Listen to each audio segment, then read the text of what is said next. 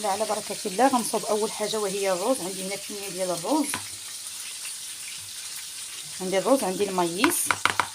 غادي ناخذ كميه ديال التونه متوفره عندي ديال الزيت،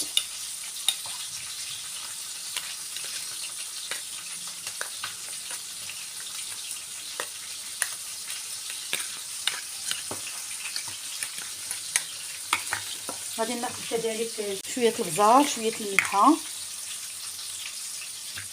وغادي نخلط الكل جيدا.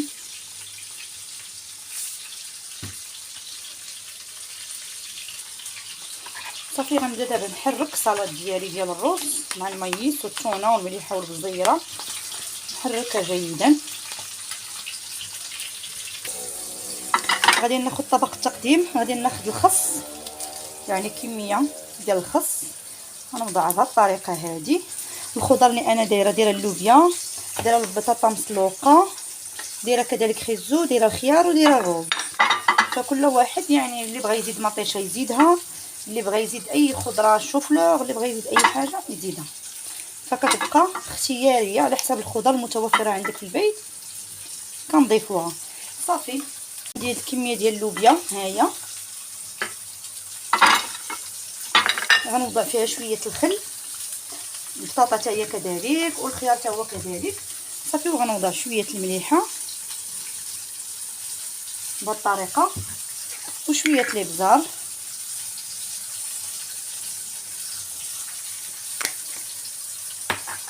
وصافي غنبدا نوضع الخضيره ديالي.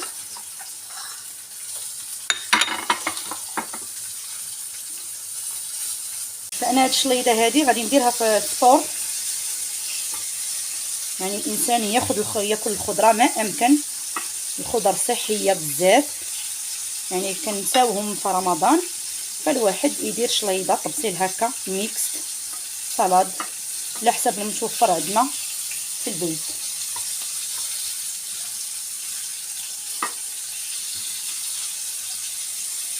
بهذه الطريقه هذه.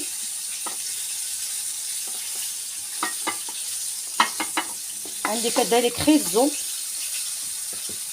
ها هو خيزو غنوضعوه بهذه الطريقه هذه. ها هو خيزو خليته طبيعي، ما زدتو يعني حتى شي اضافه، خليته طبيعي هكا. هو حلو كيتكال بزاف، ما كاينلاش نضيفوا ليه لا ملحه لا خل لا حتى شي حاجه.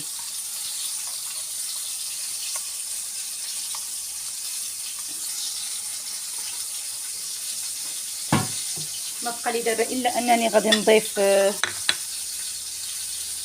شويه اللوبيا بهذه الطريقه هذه. غنضيف حداها كذلك الخيار، غنضيف كذلك هنا شويه اللوبيا، نظرا ان اللوبيا انا ما كياكلوهاش ليا، داكشي اللي درت غير الكميه اللي غناكل انايا.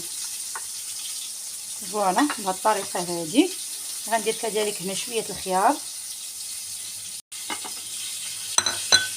صافي ما بقى لي دابا الا انني غادي نضيف الروز، هو الاخير، طبقه اخيره في هذا المكان اللي بقى لي.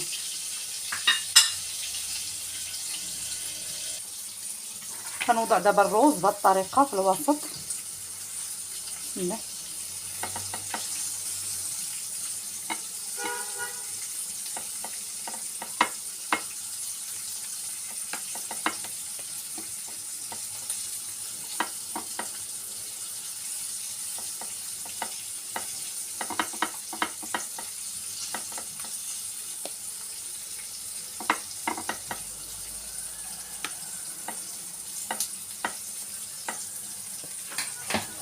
صافي بهذه الطريقه هذه. ها هي السلطه ديالنا، غادي نزوقوها دابا.